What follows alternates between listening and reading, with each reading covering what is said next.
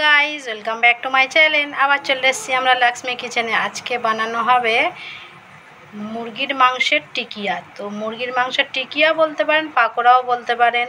কেমনভাবে এটাকে তৈরি করে, প্রথমে আমি চিকেনগুলোকে ছোট ছোট পিসে কেটে নিয়েছি।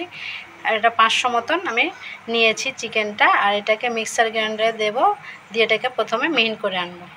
মিক্সার গ্রাইন্ডারে মিহিন করে নিয়ে আসলাম এটাকে, চিকেনটাকে। এর মধ্যে এবার একটা লেবুর রস দিয়ে দেবো।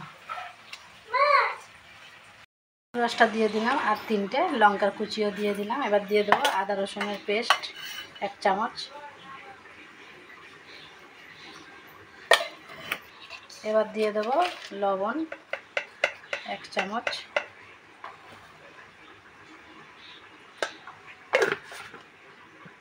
এবার দিয়ে দেবো লঙ্কার গুঁড়ো 1 চামচ, হলুদের গুঁড়ো 1 চামচ, আর দেবো গোলমরিচ আর জিরের গুঁড়ো 1/2 চামচ মতো। এবার দিয়ে দেবো একটা ডিম।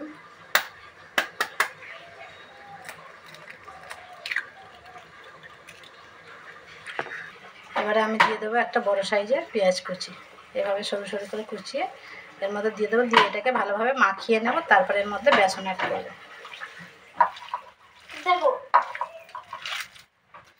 এটাকে ভালোভাবে মাখিয়ে নিয়েছি। এবার আমি এর মধ্যে বেসন অ্যাড করব 3 চামচ।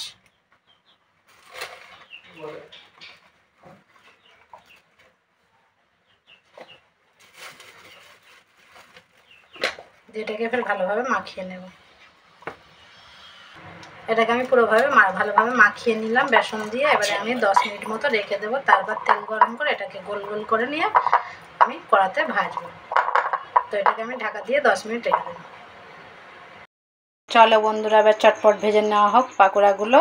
আমি প্রথমে এখানে কড়াতে তেল দিয়েছি। এবারে আমার পাকোড়াটা মাখা 10 মিনিট মতো প্রায় হয়ে গিয়েছে। এবারে আমি এগুলোকে গোল গোল করে এভাবে ছেড়ে দেবো।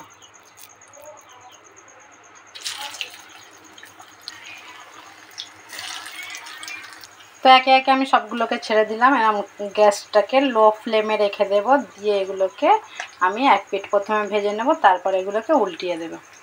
এক দিকটা হয়ে গিয়েছে, এবার আমি এগুলোকে উল্টিয়ে দেব।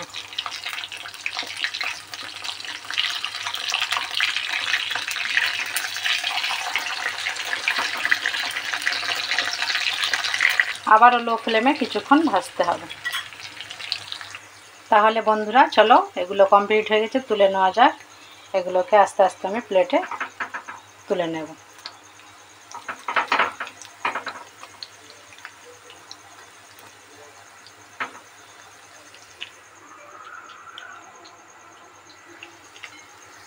তাহলে এখানে আমার রেডি হয়ে গেল পাকোড়া। তাহলে সবাই বাড়িতে এভাবে বানাবে। আমার রেসিপিটা কেমন হলো কমেন্টেও জানাবে। এবার এটাকে আমি কাসুন্দি দিয়ে সার্ভ করব। আর বন্ধুরা সবাই ভালো থেকো। আমার রেসিপিটা অবশ্যই ট্রাই করে দেখবেন এবং আমাকে অবশ্যই কিন্তু কমেন্টে জানাবেন কেমন করলেন আপনারা। তাহলে আমি নতুন নতুন ভিডিও আপলোড করতে সাহায্য পাবো এবং খুশি হব। তাহলে আমার ভিডিও আমি এখানেই শেষ করব। বন্ধুরা সবাই ভালো থেকো।